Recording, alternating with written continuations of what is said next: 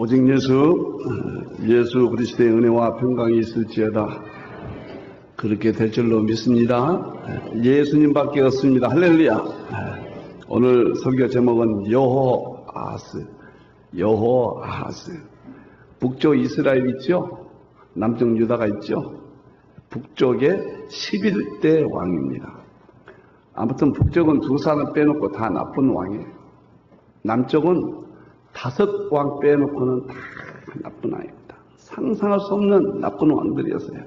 지금으로부터 약 2800년 전의 인물입니다. 여호아하스. 17년 동안 북쪽을 통치했죠. 성경을 보면은 아담부터 가장 뚜렷한 줄기가 뭐냐면 인물이에요. 아담, 가인, 아벨. 누구는 누구를 낳고 노아부터 아브라함부터 이삭, 야곱, 요셉, 인물사입니다. 여왕까지 끝내죠. 그런데 특히 열왕기 상하, 역대 상하는 왕들의 이야기인데 참 설교하기가 어려워요. 대부분의 내용이 우상 숭배하다가 하나님 매를 맞았다. 그 내용이에요.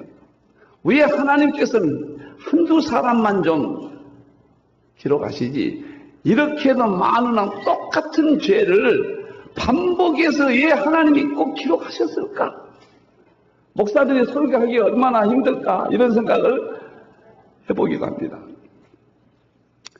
레위기를 설교하다 보면 가장 힘든 게 대개 목사님 레위기를 포기합니다. 1장부터 5장까지 5대 제사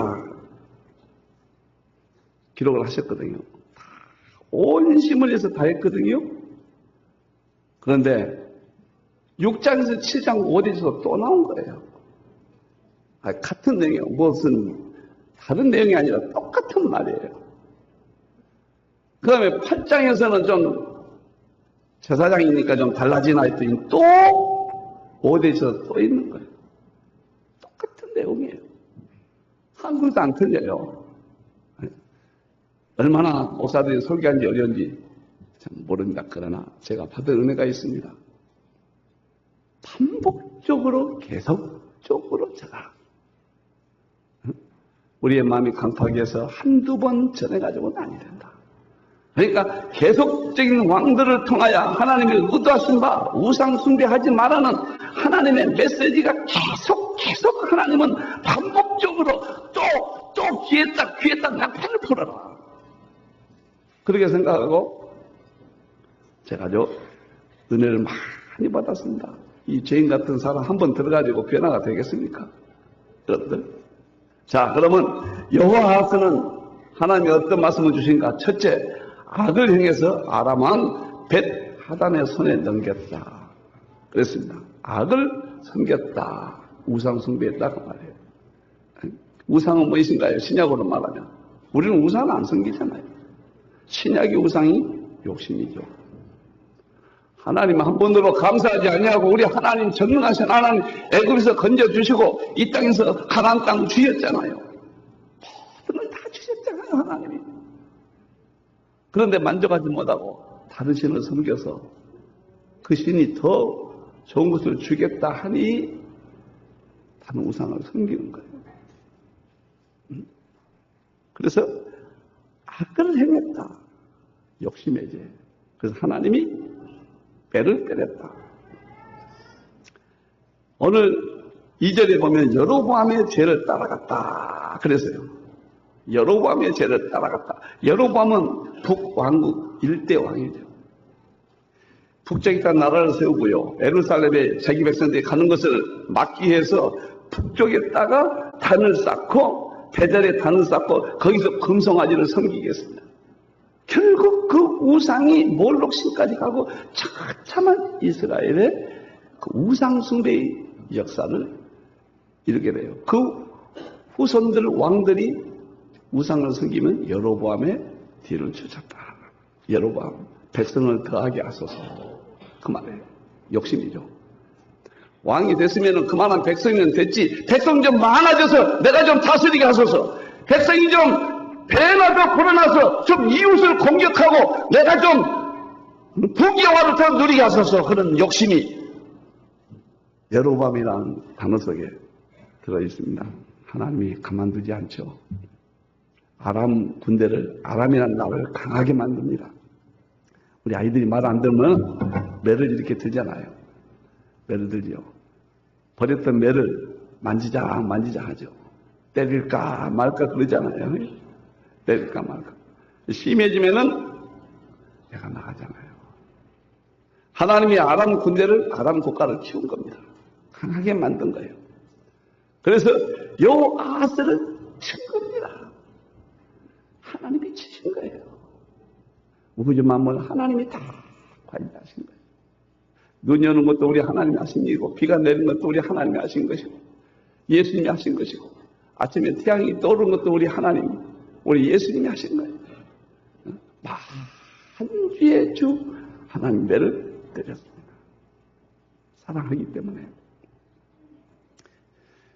우리가 성경적으로 보면 두 가지 고통이 있죠. 하나는 우리의 믿음을 키우기 위한 고통이 있습니다. 우리를 사랑하기 때문에 고통을 줘요. 그것이 대표적인 인물이 욥이에요. 욥입니다. 욥은 다 빼앗아갔죠. 자녀도 빼앗아갔고 다 빼앗아갔죠. 친구까지, 부인까지 떠났죠. 최후의 부인이 떠나는 것은 모두 빼앗아가요. 욥이 결코 하나님을 원망하지 아니했던 거예요. 욥만 생각하면요, 야, 저렇게 할 수 있을까? 위대하다. 하나님이 욥을 갑절이나 더해준 것은 하나님이 욥의 신앙을 만방에 알리기 위해서, 어떤 물질이 떠나도, 친구가 떠나도, 재산이 떠나도, 자녀가 떠나도, 부인이 떠나도 하나님을 버리지 않냐는 욥을 만방에 드러내게 하기 위해서 욥의 고통을 주었단 말이에요. 이건 어려운 고통이에요. 하나님 나를 좀 연단하기 위해서, 나를 좀 쓰시기 위해서. 때로는 막 은혜가 되면은 나도 좀 십자가에 좀 못 좀 하나님 받기까지 좀 멸시도 당하고 침도 좀 받고 그런 생각이 들 때가 있지만은, 안 그럴 때는 조그만 고통이 힘들잖아요. 예수여 이 손을, 제가 제일 좋아하는 찬송이에요. 꼭 잡고 가소서. 약하고 비고, 누가 저보다 그래요. 이광 목사는 강하다고, 너무 강하다고. 강한 것이 부러진 거예요. 강함 속에는 연약함이 너무 많은 겁니다. 폭풍우 감소 외치사 빛으로 손잡고 날 인도하소서.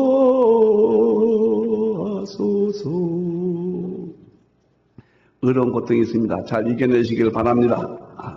저희가 알아요. 두 번째는 매의 고통입니다. 매를 때려요. 누가복음 16장 23절 24절 보면은 부자가 이 땅에서 호의호식하고 자기 욕심대로 살았거든요. 여호아스와 똑같은 만족을 누리지 못하고 부귀영화를 누리고 하나님을 몰랐단 말이에요. 지옥 가잖아요. 이게 매입니다. 확실한 거거든요. 지옥에서 고통 중에 아브라함을 보았잖아요. 그 품에 있는 나사로를 보았잖아요. 그냥 그 고통 좀 보세요. 아버지 아브라함이여, 나를 좀 긍휼히 여기시오. 점차 내 밥상에서 음식 주워 먹었던 그 나사로 좀 보내가지고 그 손가락 끝에 물 한 방만 찍어서 내 혀가 타서 있답니다. 내 혀 끝에 좀 서늘하게 하소서. 내가 이 불꽃 속에서 너무너무 괴로워하나이다. 이것은 악에 대한 하나님의 징벌이에요. 이 땅에서도 징벌합니다. 하나님은 사랑하시면 그들은 놔두지 아니하신다. 제가 기본 신앙이 뭐일까? 기본. 열매 났다면 첫째는 욕심을 버는 것이다. 기본이 잘 돼야 되죠. 두 번째는 감사하는 것이다. 많은 것을 감사하는 것이다. 욕심을 버리자. 욕심을 버리자. 감사하자. 욕심을 버리자. 욕심. 아주 가슴에 새기고 살자. 기본. 전국시대 관중이라는 사람이 가장 중요한 사실이 뭐입니까?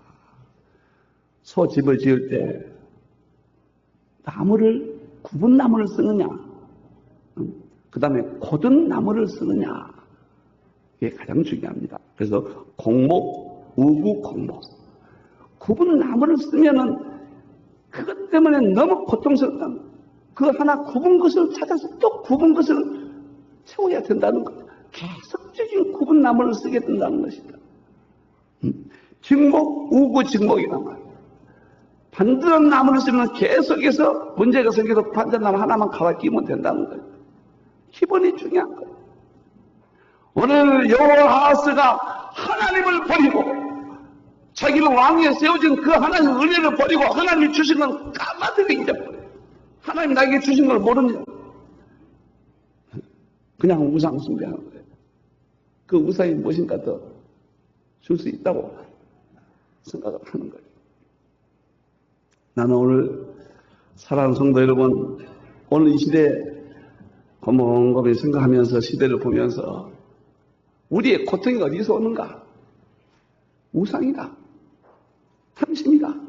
욕심만 버릴 수 있다면 우리 문제의 90% 이상 해결할 수 있다고 나는 봅니다. 오늘 이 순간에 내 욕심만 내가 버릴 수만 있다면, 버려진다면, 내 욕망 대신에 예수님이 내 안에 채워지고 우리 하나님만 채울 수 있다면 어떠한 문제도 전혀 다른 상황이 되는 겁니다. 그 문제는 사라지지 않지만 그 문제가 별 문제가 안 되는 거예요.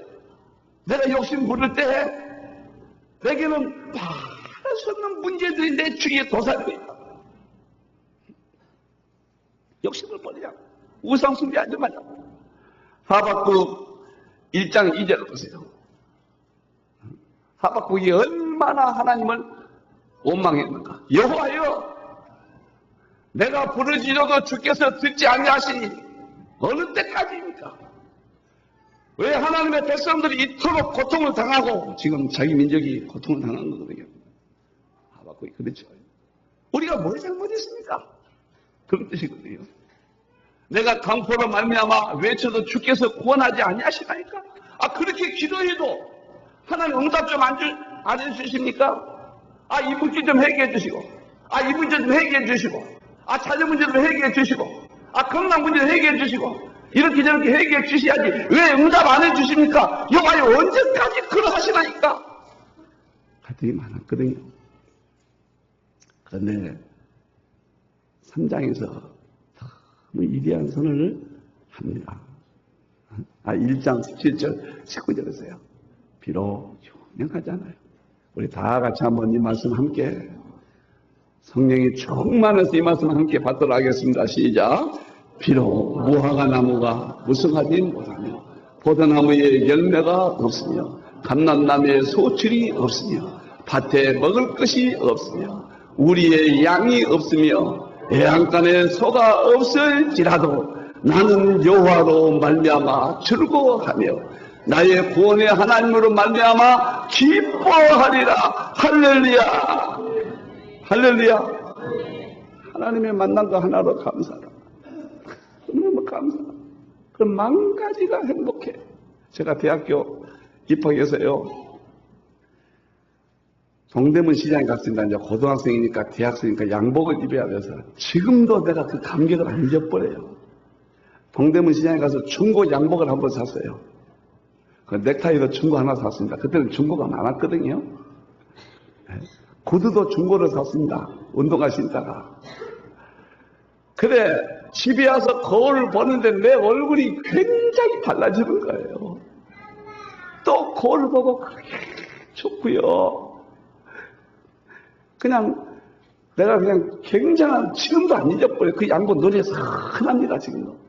그렇게 기쁘고 고맙고 감사했고 너무 좋아. 그때 감격 안 잊었고. 대학교 다닐 때 과외 공부를 지도했어요.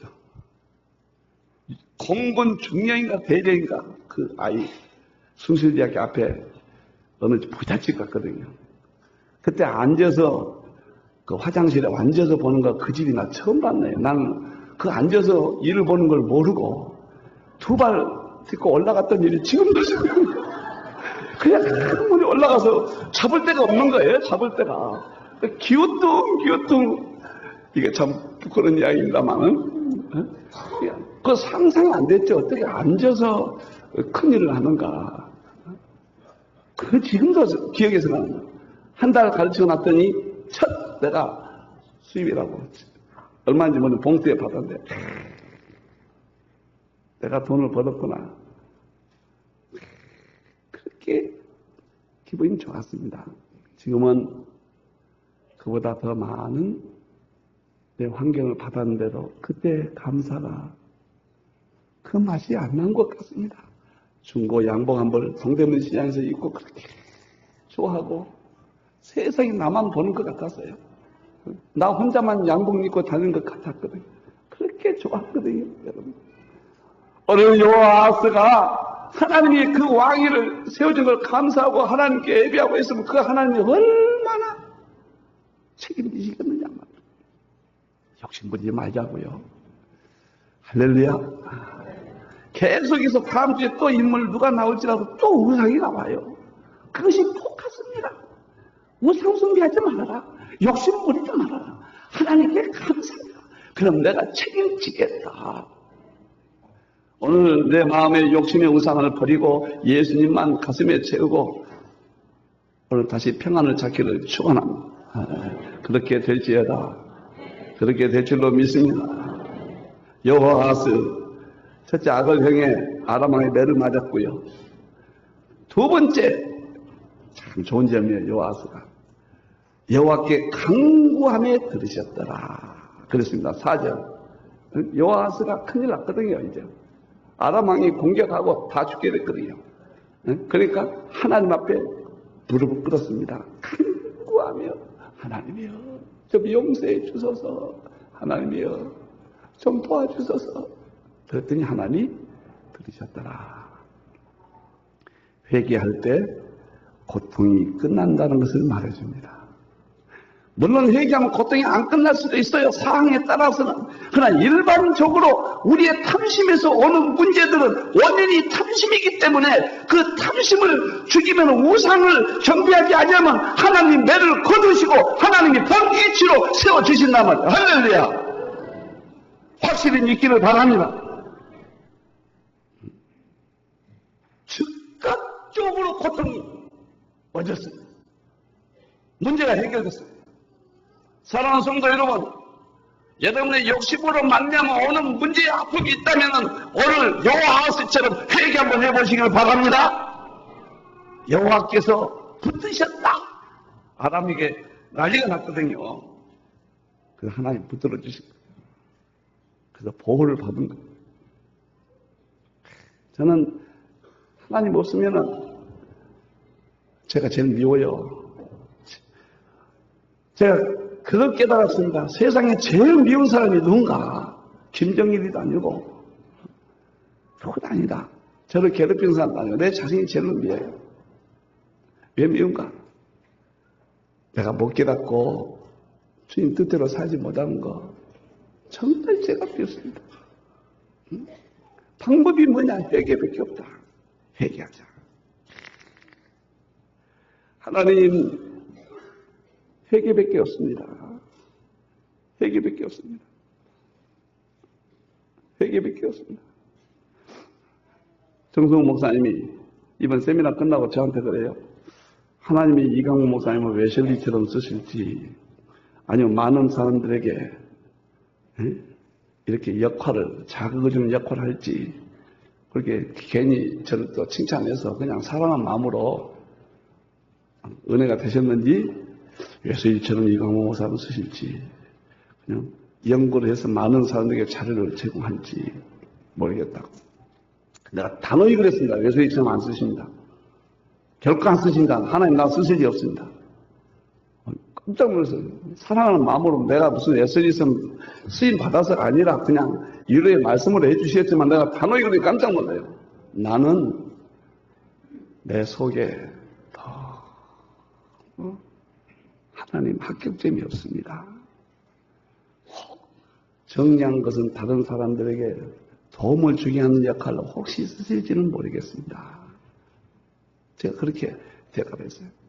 내가 한 가지 여러분들에게 분명한 것은 이렇게 못나고 이렇게 형편없지만 저는 회개는 많이 합니다. 많이 합니다. 회개는. 오늘 1시간 동안 회개했습니다. 무릎을 꿇고 회개했습니다. 하나님, 내 죄악을 용서해 주시고 주님 주신 복음을 감당할 만큼 하나님이여 내게 정결함을 주시옵소서. 깨끗한 신부가 되게 해주시고 이 목사의 모습을 보고 우리 성도들도 좀 따라오게 해주시고 내가 좀 본을 보게 해주시옵소서. 늘 회개를 하니까요. 85년 이후에 예배 잘 앉을 때마다 손을 듭니다. 딱 교회 오면 전부 여지없어서 꽂아서 손 들고 옵니다. 주 나를 박대하시면 나 어디 가리까. 5절에 오늘 보면은 오늘 여호와께서 회개하니까 하나님 좀 보세요. 참 멋있어요. 여호와께서 이에 구원자를 이스라엘에게 주사 여호와를 도와주겠습니다.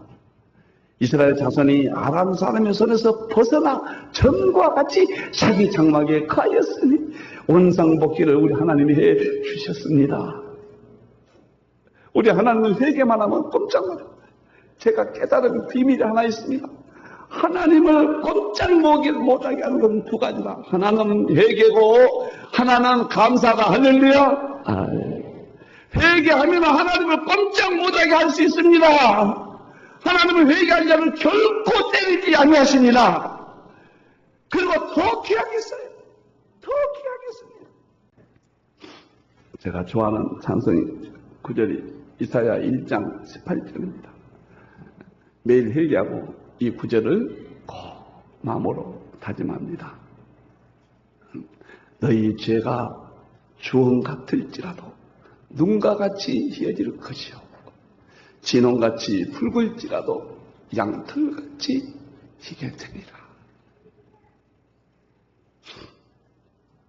미국이 이제는 회개를 안 하잖아요. 미국의 역사 속에서 미국이 지탱했던 것은 회개입니다. 미국이 선교도들이 가서 세운 나라가 하나님을 그렇게 영화롭게 하고 세계 선교를 주도했던 미국이 타락하기 시작합니다. 거기서 하나님을 보낸 사람이 18세기 초반에 요나단 에드워드예요. 요나단 에드워드가 미국을 향하여 대각성운동을 일으킵니다. 요나단 에드워드는 교회에서 주의 만찬을 베풀 때 한 일 동안 죄짓거나 무슨 조금이라도 했으면 성찬 만찬에 참석 못하겠습니다. 그 교인들에게 쫓겨나버렸어요. 왜 그렇게 지도하게 하냐고. 8년 동안 저 인디안들 선교하고 혼자 외롭게 지냈습니다. 그 미국을 향하여 계속 뿌리죠. 마지막에 프리스톤에서 요나단 에드워드를 불러서 총장을 세웠잖아요. 그거 잠깐 하고 그냥 죽어버립니다. 대각성운동이 미국에 있었거든요. 회개운동. 그래 미국이 지탱된 겁니다. 요나단 에드워드 때문에. 또 타락합니다. 두 번째 대각성운동이 19세기 초반인데 엘대학교를 중심으로 해서 또 큰 회개운동이 일어납니다. 세 번째는 19세기 후반에 찰스 피니, 디엘 무디 이런 사람들도 있어 대각성. 우리나라는 지금 회개운동이 일어나지 않습니다. 한 번 정도는 하나님 이민족에게 대각성운동을 주시옵소서. 하나님 한국교회가 이대로 무너지면 아니 되옵니다. 아니 되옵니다. 교회 나서 부자 되고 교회 나서 잘 되고 그거 성경에 없습니다. 하나님이요. 한국을 연구하는 학자들이 9,000명이나 된답니다. 지금. 전 세계적으로 한국을 쓰세요. 그런데 그 중에서 제일 연구 첫째가 종교랍니다. 종교성의 첫째가 불교라는 거예요.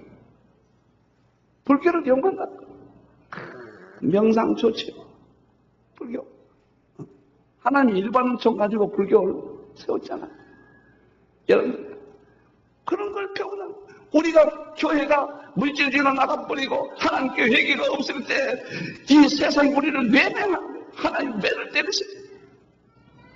사랑하는 성도들, 뭐 어떠한 일이 있어도 날마다 회개하시고 어떠한 죄가 있어도 우리 하나님은 회개를 하면은 다시 우리의 원상복귀를 시켜주시고 하나님의 은혜가 가득 채워집니다. 여호와스처럼 회개해서 하나님을 만나는 우리의 삶이 되기를 축원합니다. 그렇게 될 줄로 믿습니다.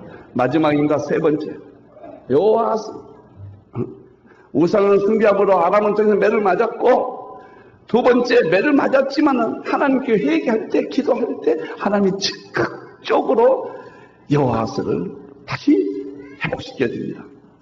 세 번째는 다시 범죄해서 이제는 하나님이 끝장을 내버린다. 하나님 심판해버린다. 6절이에요. 그들이 이스라엘에게 범죄하게 한 여로보암의 죄에서 떠나지 아니하고 다시 우상 숭배를 했거든요. 다시 세상을 사랑하고 다시 욕심을 내는 거예요. 이제는 하나님이 마지막 끝맺음을 하시는 거예요. 실제로 보니까 하나님이 무섭습니다. 최후에 보니까 아람 왕이 여호와스의 백성을 멸절하여 다시 아람 왕을 보내요. 여호와스 북쪽 이스라엘 백성들을 북쪽으로 갖다 멸절해버렸다고 그랬습니다. 타작마당에 티끌같이 하고 최후니까 하나님 심판이죠. 타작 티끌이 무슨 힘이 있습니까? 마병 50명만 남겨요. 그 다음에 병거 10대, 마차 같은 10대만 남겨요. 대이스라엘 10,000명의 보병 여호수아에게 남겨두지 아니하였더라. 하나님께서 아람 왕을 통해서 이스라엘의 강대한 그 민족의 전부 군대까지도 다 최악하게 했고 몇 개만 남겨놓은 거예요. 우리가 이 땅에 사는 영이 죽어버리면 몇 가지만 남겨놓고 하나님의 진노가 내린다는 것을 지금 보여주고 있거든요. 하나님 기다리시는 거예요. 나는 참 이런 설교하기 괴롭습니다. 지금 축복받고 위로하고 듣기 좋고 그런 윤리 도덕 교훈 철학 지식 설교하면은 그 순간은 길을 만져가고 가는데 나는 경고를 외쳐야 되고 오늘 이 시대를 외쳐야 되고 하나님이여 나는 왜 이 시를 하여 이런 설교를 해야 됩니까? 하나님이여 그러나 고라지 아니하고 오늘 이 시대에 우리 목양교회와 세계 인터넷에 들어온 성도를 향하여 하나님 앞에 범죄하고 그들이 끝까지 회개하지 아니하는 최후의 하나님의 멸절이 기다린다는 것을 나는 이 시대에 선포합니다. 우리 하나님은 사랑의 하나님이지만 무서운 하나님, 진노의 하나님.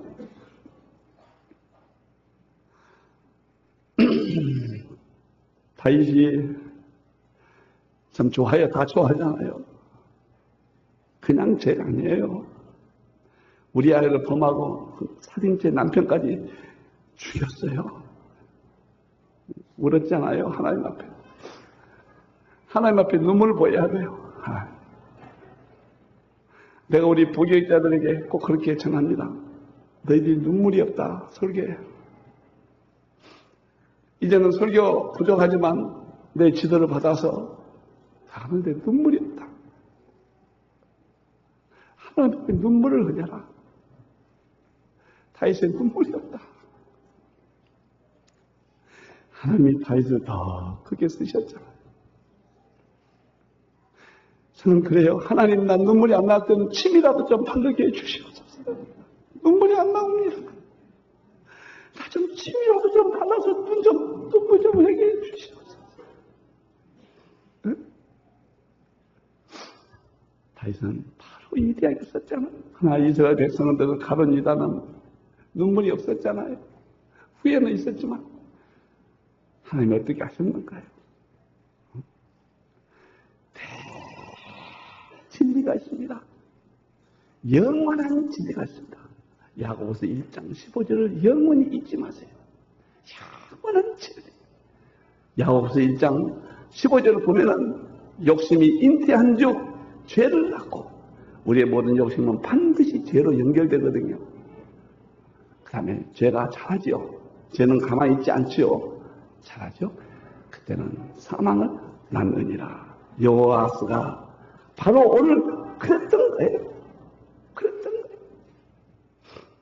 사랑하는 성도 여러분, 오늘 이 시대에 하나님이 마지막 남겨주신 것이 있다면 회개의 눈물인 줄로 믿기를 바랍니다. 우리 한국교회가 왜 이렇게 됐는가요? 믿음으로 구원받는다. 교회만 왔다 가면 다 구원받는다.